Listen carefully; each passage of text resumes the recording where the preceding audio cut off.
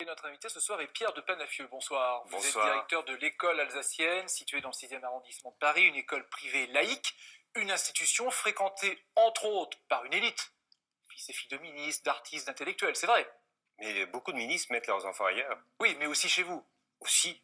Mais à Paris, il y a quand même beaucoup d'établissements de même catégorie. Alors, l'interdiction du téléphone portable, c'est la nouveauté de la rentrée, l'une des nouveautés de la rentrée. Est-ce que c'est une bonne chose ? Alors d'abord, c'était déjà prévu.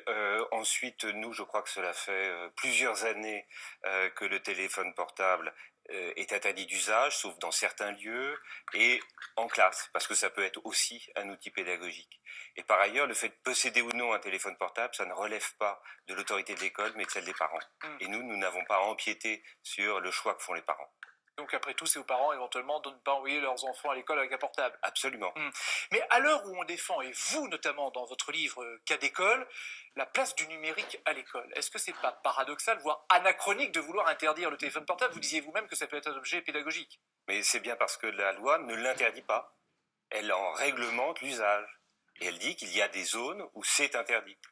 Elle dit par ailleurs que, selon le règlement, on peut prévoir des lieux où c'est autorisé. Et bien entendu, on laisse ce que la loi auparavant ne laissait pas comme possibilité aux professeurs de demander aux élèves de sortir leur téléphone Parce portable. que vous, le numérique à l'école, les tablettes par exemple, vous êtes à 100% pour.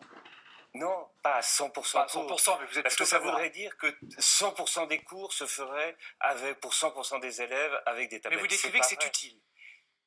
Je défends le principe de la liberté pédagogique des professeurs. À partir du moment où des professeurs peuvent considérer dans leur discipline que c'est très utile, par exemple pour un cours de langue, de pouvoir filmer très facilement une locution, un échange entre les élèves, je trouve que nous devons mettre en place cette possibilité. Mais si des professeurs ne veulent pas utiliser de tablette, je leur répète chaque fois, ils peuvent ne pas l'utiliser. La liberté pédagogique, elle est là. Et la dictée tous les jours, vous en pensez quoi, vous ? Si je réfléchis 50 ans en arrière, une trouille bleue, parce que j'étais très mauvais en orthographe. Mais aujourd'hui ? Aujourd'hui, je pense que la question de la maîtrise de la langue est une question centrale et les inégalités se nouent sur cette question-là. Et le ministre a tout à fait raison de mettre en œuvre un ensemble de dispositifs. On résume toujours les choses avec des points un tout petit peu saillants, comme la dictée tous les jours. Je ne sais pas si tous les professeurs des écoles feront une dictée tous les jours.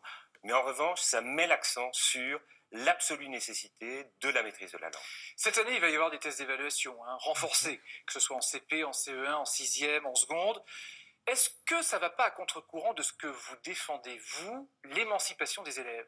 Non, parce que je pense que surmonter une difficulté, c'est ce qu'il y a de plus émancipateur. Rester dans l'insuffisance, rester dans la médiocrité, c'est le pire des enfermements. Et donc l'émancipation, elle passe par le savoir. Elle passe par la maîtrise des codes, elle passe par la confiance en soi. Et donc par l'évaluation. Et donc par l'évaluation. Alors sur l'évaluation, je dirais d'abord, pourvu que ça dure, parce que nous avons eu quand même des évaluations à éclipse. Et rien n'est pire dans notre système que ces mesures qui se font petit à petit, qui sont tentées, abandonnées, reprises, etc. L'enseignement primaire, depuis la fin du certificat d'études et l'examen d'entrée en 6e, n'avait pas connu sur une longue période d'évaluation de ses élèves. Et je pense que le fait de restaurer cette évaluation est très nécessaire pour l'ensemble du système comme pour les professeurs, pour les aider. Pour terminer, vous décrivez un système éducatif où les enfants des parents qui s'investissent dans l'école sont évidemment privilégiés par rapport aux enfants dont les parents sont loin de l'école. Or, c'est un aspect qui n'est absolument pas évoqué par le ministre de l'Éducation nationale actuellement. Vous le regrettez ?